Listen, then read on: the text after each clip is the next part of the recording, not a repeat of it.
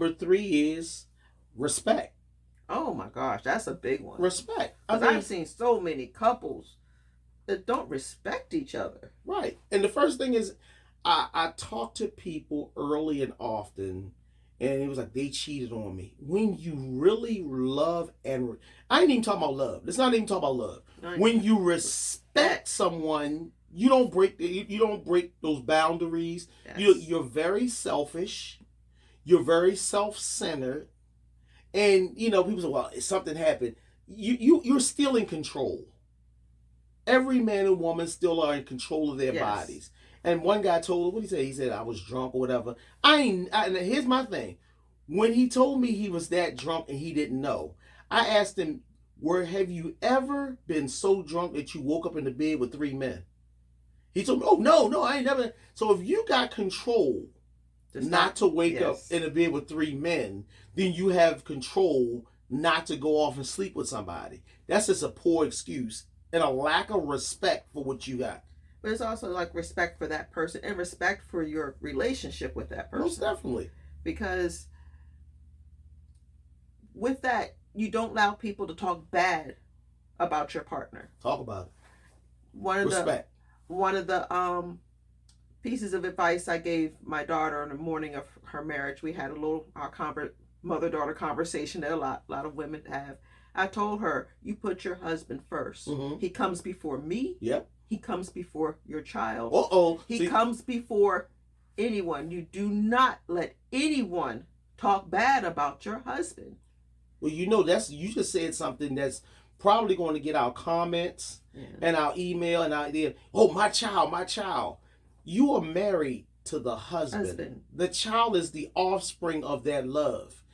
If you can't understand God's order, let's put it like that. Yes. God's order, whether you're Christian, Islamic, or whatever, God's order is God, your spouse, your children, and everything else falls into that. But my thing is just you have to protect that union. That union is sacred. Because children going to grow up. And leave. And they're going to leave. And then you're stuck sitting there with... That's if they last that long. Yeah, right. If they're still around. And you got to understand, even if in a blended family, you have to set parameters. Yes. Now, I'm going to do this sidebar because a real man or woman is not going to allow you to abuse the children. Oh, yeah. Yeah. Now, I'm not saying allow him to do whatever he wants or treat your children anyway. No, that's totally... No, but as a man that you already had children, when we entered our relationship, there was already a standard for the children that they were never left out. Yes. But the children knew that dad is the head of the household and he was the spouse, and you set that parameter I set that. With meals. Yes. So share with them how you set the meals. Well, my husband got his plate first. He got the big piece of chicken. He got the last piece of cake.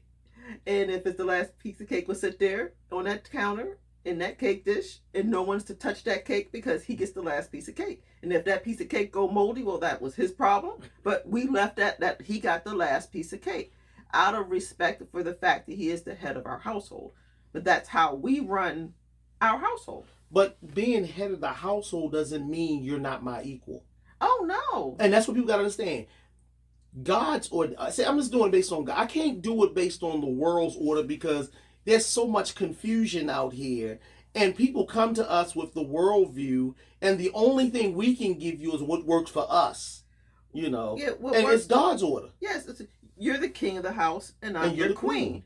So it works way I run my household to show respect for you. Right. To have the children show respect for you as the head of the household. It works for us. And even if they're cake sitting there, most of the time my little one, they'll come, hey, Dad, you want that cake? Want that? They have to ask you for it. Right, and I said, y'all going to have it. But long as that piece is left for you, you know that no matter what, it's going to be there. Unless you give it up. But again, I'm not knocking nobody. If it's working for you, putting your husband last on the meal, and I don't know how many men going to be last, because after a while of being last, if I feel like I'm last in everything, or I'm second best, and look at the respect level. I remember in one of my marriages, what concluded my marriage is when my wife told me that her family will always be more important than I am.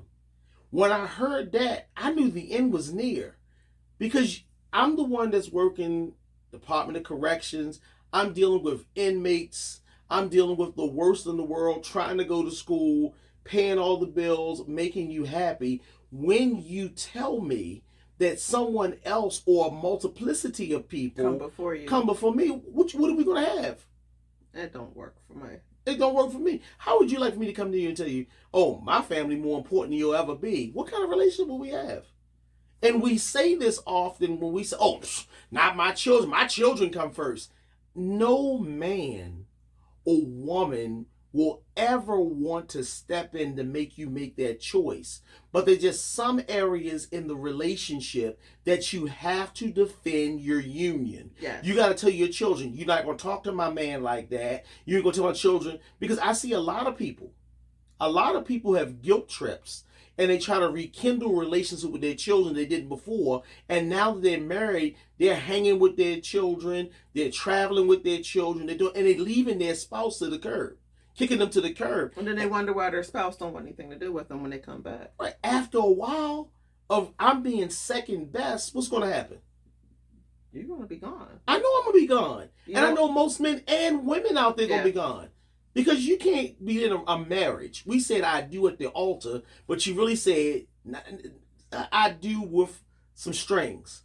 Your child, and I don't care how you feel, your child, your church, your pastor, no one comes before your spouse. When I go to people's houses, and I wanted to share this before we get to the next one, I remember going into houses with women, and they would put me, oh, pastor, sit here. I was like, no.